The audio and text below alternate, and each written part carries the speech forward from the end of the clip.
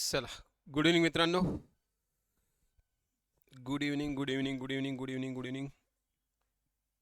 या पटापट लाईव्ह सुरू झालं आपलं सेशन.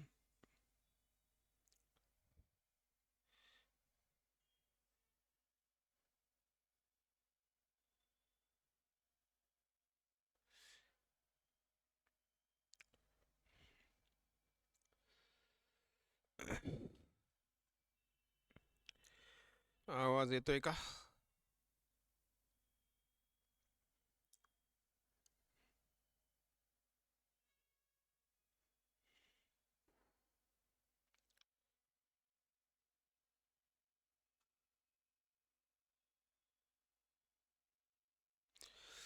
ऑडिओ चेक करून घ्या. आवाज येतोय का सांगा पटकन.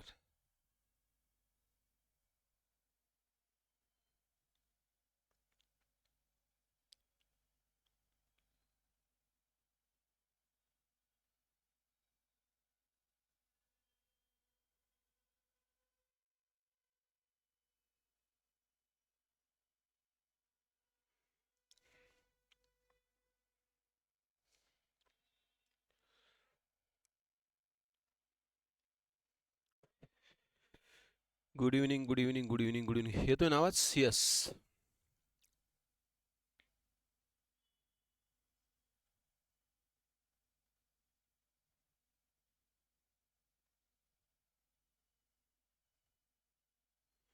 मी लिंक फॉरवर्ड करतो, लिंक, आणि मग सुरू करूयात 2 मिनिटात. ठीक आहे. लिंक फॉरवर्डिंग इन प्रोग्रेस आणि लेक्चर स्टार्ट.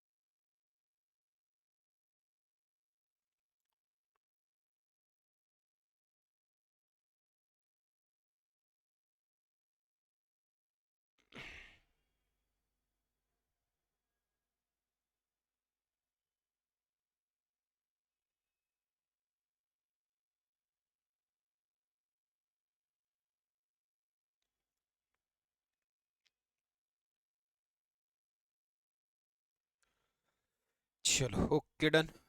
सुरू करूयात मग आता.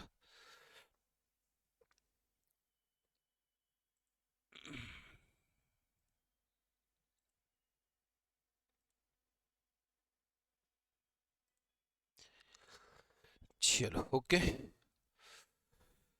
7वं सेशन आहे आपलं आजचं. पहिला प्रश्न आहे आजचा आपला.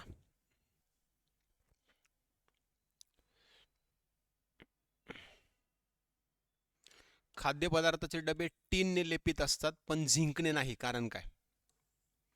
टीन म्हणजे कथील, याचं कारण काय नेमकं? खाद्यपदार्थाचे डबे आपले, त्याला टीनची कोटिंग असते पण झिंकची नसते, काय कारण?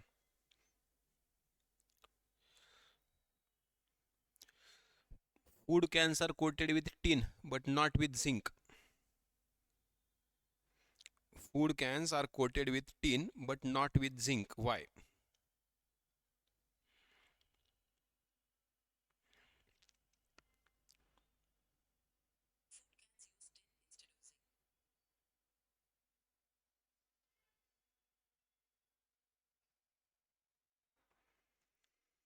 सो याचं उत्तर आहे मित्रांनो, zinc is more reactive than tin. Zinc टीनपेक्षा जास्त रिॲक्टिव्ह आहे, जास्त क्रियाशील असले आहे. त्याच्यामुळे मग फूड जे आहे त्याचं करोजन होऊ शकतं. फूड स्पॉइल होऊन फूड खराब होऊन त्या कॅनचं करोजन होऊ शकतं, म्हणून ते कॅन टीनचे असतात. म्हणून आपण त्याला टीन म्हणतो. टीन टीन टीन, डबा डबा, ठीक आहे, टीन. टीन जो आहे तो कमी रिॲक्टिव्ह आहे झिंकपेक्षा, झिंक जास्त रिॲक्टिव्ह आहे. ठीक आहे. अभिक्रियेत उत्प्रेरकाचं कार्य काय असतं? What is the function of a catalyst in a reaction? What is the function of a catalyst in a reaction? Increase the rate of reaction, no change in the rate of reaction, catalyst is a final product of reaction, decrease the rate of reaction. सोपा प्रश्न एकदम. What is the role of catalyst in a reaction?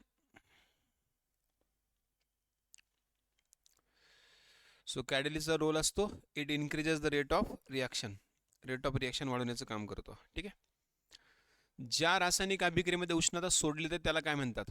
A chemical reaction in which heat is released is called. Heat release करणाऱ्या chemical रिॲक्शनला काय म्हणतात? Heat release करणाऱ्या chemical रिॲक्शनला काय म्हणतात?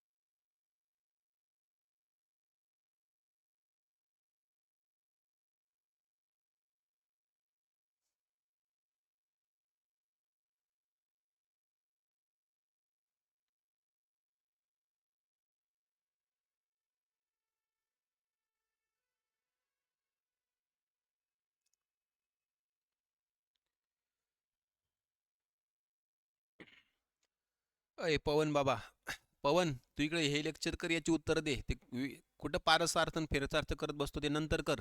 जे चालू आहे पहिले समोर ते करत जा. जिथे उष्णता रिलीज केली जाते त्याला काय म्हणतात ते सांग पहिले, बाकीचं सांगतो कोणी सांगा म्हणतो. जिथे उष्णता बाहेर पडते त्याला एक्झोथर्मिक रिॲक्शन म्हणतात, एक्झोथर्मिक. आणि एंडोथर्मिकमध्ये हीट ॲब्झॉर्ब केली जाते. हीट ॲब्झॉर्ब केली की एंडोथर्मिक म्हणायचं. डिकम्पोजिशन म्हणजे इथे ब्रेकडाऊन होतं, ब्रेकडाऊन. एक्झोथर्मिकचं उदाहरण जर द्यायचं झालं तर कंबशन, ज्वलन. कुठल्या प्रकारचं कंबशन किंवा एक्सप्लोजन? पेट्रोल जाळलं, डिझेल जाळलं, रॉकेल जाळलं, लाकूड जाळलं, स्फोट घडून आणला, फटाके फोडले, एक्झोथर्मिक. कळलं? पाण्यामध्ये जर रंग देण्यात चुना टाकलं तर एक्झोथर्मिक, कारण पाण्याचं तापमान वाढतं. त्याच्या उलट जर पाण्यात युरिया टाकलं तर पाण्याचं तापमान कमी होतं, युरिया हीट ॲब्झॉर्ब करून घेतं, ती एंडोथर्मिक रिॲक्शन आहे. ठीक आहे. सो हे प्रकार आहेत. कॉम्बिनेशन रिॲक्शन म्हणजे जिथे सिंगल प्रॉडक्ट तयार होतो, सिंगल प्रॉडक्ट. रिॲक्टंट दोन असतात किंवा दोनपेक्षा जास्त असतात, प्रॉडक्ट मात्र एकच असतो, त्याला कॉम्बिनेशन म्हणायचं. त्याला कॉम्बिनेशन म्हणायचं, कॉम्बिनेशन. ठीक आहे. हा लक्षात. चलो. पोटॅशियम परमॅग्नेटचा वापर पिण्याच्या पाण्याच्या शुद्धीकरणासाठी केला जातो, कारण potassium permanganate is used for purifying drinking water because.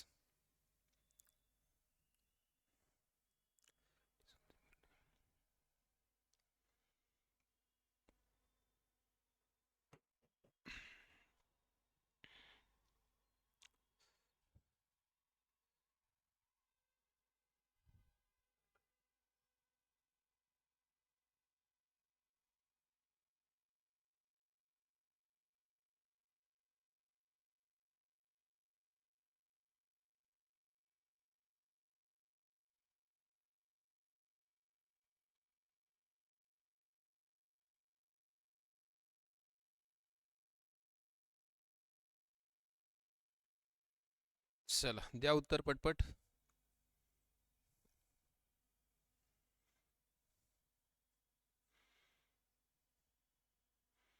नाही आता आहे. बिकॉज पोटॅशियम परमॅग्नेट जे आहे ना मित्रांनो, KMnO4, याच्यामध्ये 4 ऑक्सिजन आहे, 4 ऑक्सिजन. सो हा एक स्ट्रॉंग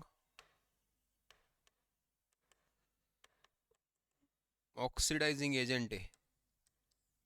ऑक्सिडायझिंग एजंट म्हणजे ऑक्सिडीकारक आहे. हा पाण्यामध्ये ज्या काही इम्प्युरिटीज असतील ना त्यांना ऑक्सिडाइज करतो आणि त्यांना सेपरेट करतो. ठीक आहे. तर हे उत्तर याचं option number 2. It is an oxidising agent. Potassium permanganate काय आहे? ऑक्सिडायझिंग एजंट आहे, ऑक्सिडायझिंग एजंट. ठीक आहे. नेक्स्ट. नॅचरल गॅस हा हायड्रोजन कार्बन यांचं कंपाऊंड आहे का? मिथेन हे हायड्रोजन कार्बनचं संयुग नाही आहे का? नैसर्गिक वायू वनस्पती प्राणीजन्य इंधन आहे का? Natural gas is hydrocarbon, methane is not a hydrocarbon, natural gas is a fossil fuel.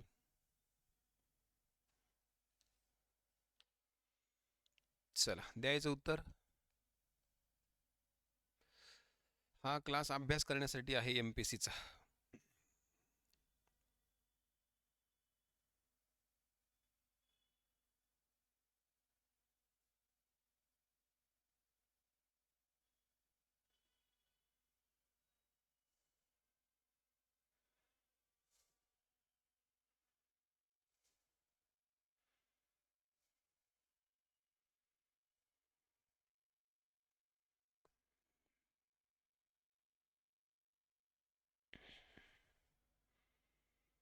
ठीक आहे.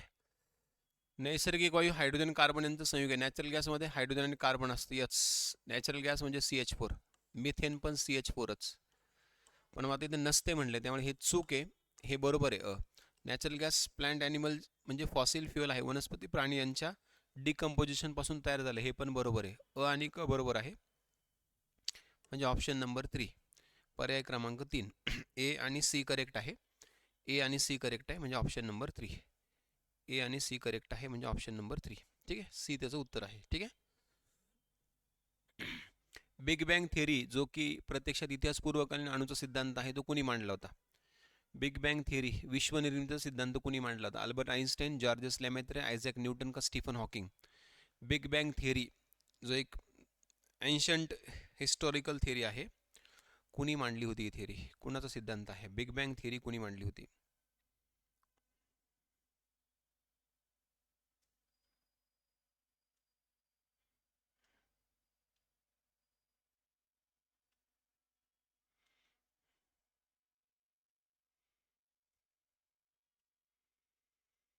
ठीक आहे. तर बिग बँग थिअरी हा जो एक ancient hypothesis primeval atom, Georges लॅमेत्रेने मांडली होती. ठीक आहे, Georges Lemaitre. Albert Einstein is equals to MC². Isaac Newton gravity, आणि अजून बरंच काही. अल्बर्ट आइन्स्टाईन पण अजून बरंच काही. Stephen Hawking black hole theory मांडली होती याने, ब्लॅक होल थिअरी स्टीफन हॉकिंगने. ठीक आहे, जॉर्जेस लॅमेत्रेचं उत्तर आहे. Next, brass. Brass brass brass हा कशाचा ॲलॉय आहे? ब्रास हा कशाचा ॲलॉय आहे? ब्रासमध्ये काय असतं? Brass is an alloy of what? Brass is an alloy of what?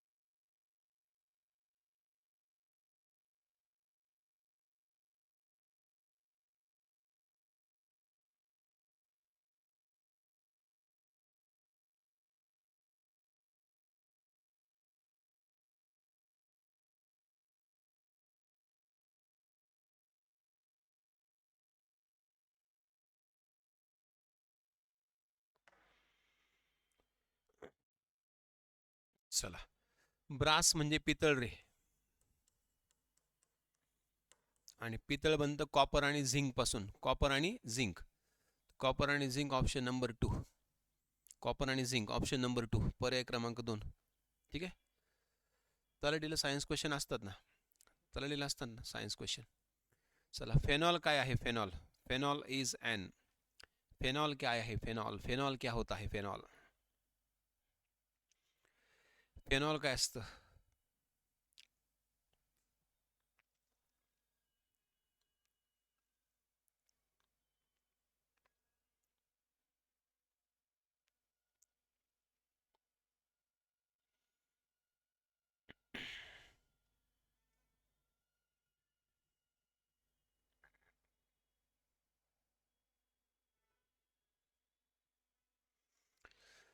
Phenol काय आहे? ॲरोमॅटिक आहे का, ॲलिफॅटिक आहे का, हेट्रोसायक्लिक आहे का, यापैकी नाही? ॲरोमॅटिक आहे फेनॉल, ॲरोमॅटिक.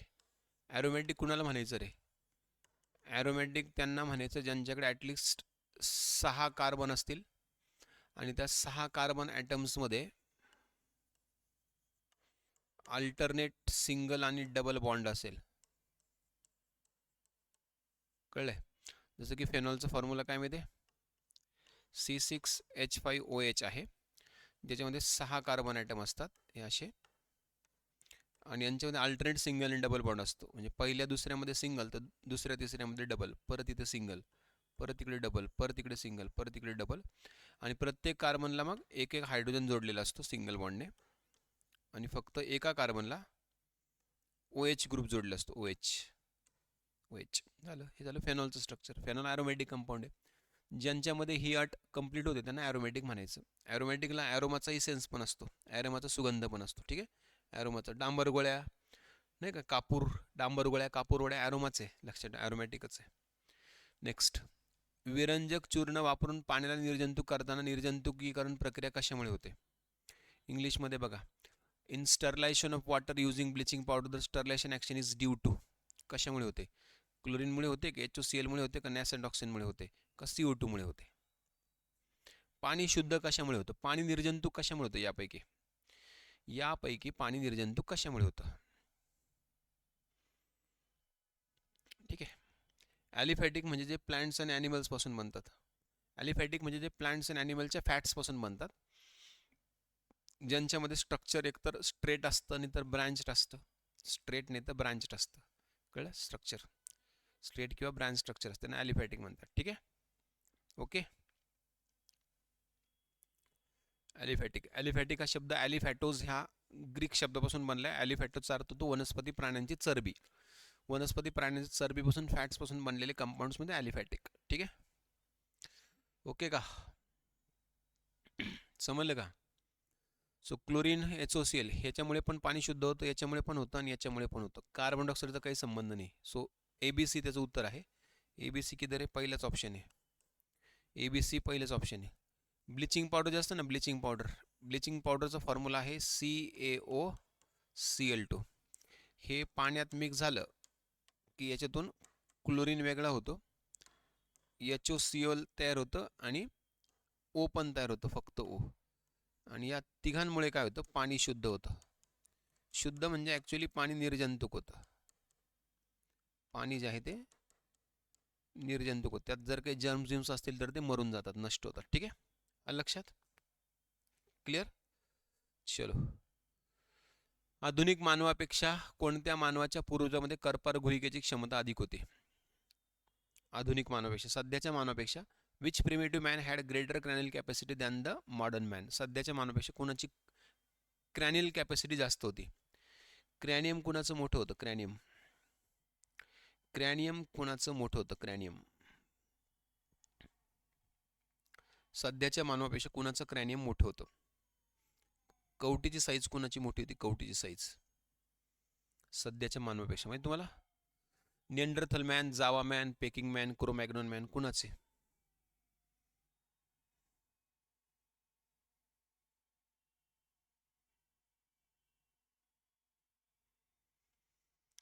तर मित्रांनो, क्रोमॅग्नॉन मॅन जो होता ना, याची कवटी मोठी होती. क्रोमॅग्नॉन मॅनची याच्या कवटीची साईज होती साधारणपणे 1500 ते 1600 CC म्हणजे क्युबिक सेंटीमीटर. क्युबिक.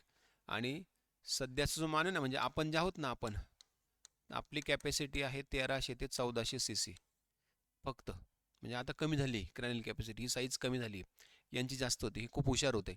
गुहेमध्ये, केव्जमध्ये, लेण्यांमध्ये जे मूर्तिकाम झाले ना दगडांचं, ते यांच्याच काळात झालंय. हेच होते दगडापासून मूर्त्या साकारणारे. ठीक आहे, लक्षात? यस, 1500 ते 1600, 1500 to 1600. ठीक आहे, चला. खालीलपैकी कोणता सस्तन प्राणी अंडी घालतो? Which of the following an eggs laying mammal? Is an eggs laying mammal? कुठला सस्तन प्राणी अंडी घालतो? खालीपैकी कुठला सस्तन प्राणी अंडी घालतो? अंडी घालणारा सस्तन प्राणी कोण? अरे, जे लेक्चरला मागे पडले त्यांनी थोडंसं पुढे, अरे थोडंसं पुढे चाला. ते खूप खूप मागे पडले तुम्ही. खूप खूप जुन्या जुन्या प्रश्नांचे उत्तर द्या तुम्ही, कालच्या परवाच्या. आजच्या प्रश्नाचे उत्तर द्या, आत्ताच्या सध्याच्या.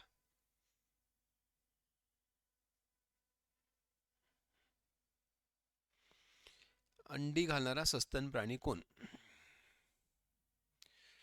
अंडी घालणारा सस्तन प्राणी आहे डकबिल प्लॅटिपस. मॅमल्स मधला असतो तो. याच्यासोबत आणखी एक प्राणी माहिती आहे तुम्हाला, इकिडना. इकिडना पण अंडी घालतो. त्याला अँट ईटर पण म्हणतात, मुंग्या अस्वल पण म्हणतात. मुंग्या खातो तो, मुंग्या. ठीक आहे. खालीलपैकी कोणत्या प्राण्याचं हृदय 4 कप्प्यांचं असतं? 4 chambered heart is present in. यांच्यापैकी कुणाचं हृदय 4 कप्प्यांचं आहे? यांच्यापैकी कुणाचं हृदय 4 कप्प्यांचं आहे? यांच्यापैकी कुणाचं हृदय 4 कप्प्यांचं आहे? बेडूक, मगर, शार्क, पाल. Frog, crocodile, shark, lizard. बेडूक, मगर, शार्क आणि लिझार्ड. सांगा पटकन. यांच्यापैकी कुणाचं हृदय 4 कप्प्यांचं आहे? यांच्यापैकी कुणाचं हृदय 4 कप्प्यांचं आहे? बेडूक, मगर, शार्क आणि पाल. फ्रॉग, क्रोकोडाईल, शार्क आणि लिझार्ड. यांच्यापैकी 4 कप्प्यांचं हृदय मगरीचं असतं. लक्षात ठेवा, मगरीचं हृदय. मगरीच्या हृदयामध्ये 2 ॲट्री असतात आणि 2 व्हेंट्रिकल असतात. 2 आलिंद आणि 2 निले असतात. फ्रॉगचं हृदय 3च कप्प्यांचं आहे, 2 ॲट्री आणि 1 व्हेंट्रिकल. ठीक आहे. शार्कचं हृदय 2च कप्प्यांचं असतं, 1 ॲट्री आणि 1 व्हेंट्रिकल. लिझार्डचं जे हार्ट असतं ते पण 3 कप्प्यांचं असतं, 2 ॲट्री आणि 1 व्हेंट्रिकल. इथेच फक्त 4 कप्पे, 2 ॲट्रिया. इकडे प्युअर इम्प्युअर ब्लड वेगवेगळं राहतं, सेपरेट ठेवलं जातं. ठीक आहे. अरे हे झालं वाटतं. रिपीट आलं वाटतंय. पानांवरील केवडा रोग कोणत्या खनिज द्रव्याच्या अभावामुळे होतो? पानांवरचा केवडा रोग कोणत्या खनिज द्रव्याच्या अभावामुळे होतो? केवडा. Leaf chlorosis caused by deficiency of what? Leaf chlorosis is caused by deficiency of what? Leaf chlorosis कशामुळे होतं? पानांवरचा केवडा रोग कशामुळे होतो? कशाच्या डिफिशियन्सीमुळे होतो? पानांवरचा केवडा रोग कशाच्या डिफिशियन्सीमुळे होतो? सांगा पटकन.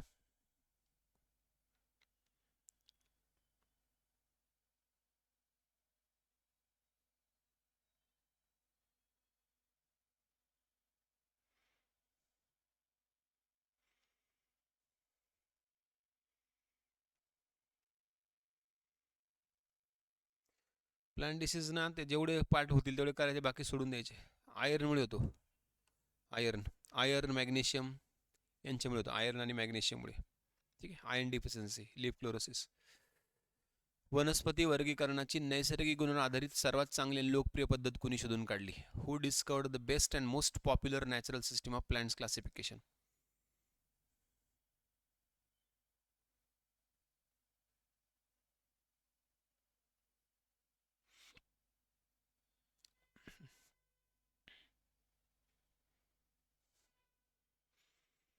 मेनच पाठ करायचे, सगळे काही पाठ करायची गरज नाही. डिसीज मेन डिसीज पाठ करायचे फक्त, मुख्य तेवढ्यावर आलं. लॉजिक लागतं थोडंसं. डिफिशियन्सीवाले वेगळे करायचे, बॅक्टेरियल फंगल वेगळे करायचे, बॅक्टेरियल फंगल व्हायरस वाले. ठीक आहे. चला, तर बेंथम आणि हुकर उत्तर याचं. बेंथम आणि हुकर यांनी सगळ्यात बेस्ट नॅचरल सिस्टीम मांडली होती क्लासिफिकेशनची. ठीक आहे. वनस्पती वर्गीकरणातील पायाभूत घटक कोणता? Which of the following is a basic unit of plant classification? वनस्पती वर्गीकरणातला पायाभूत घटक कोणता? पायाभूत, फंडामेंटल, बेसिक युनिट कोण? पायाभूत कोण?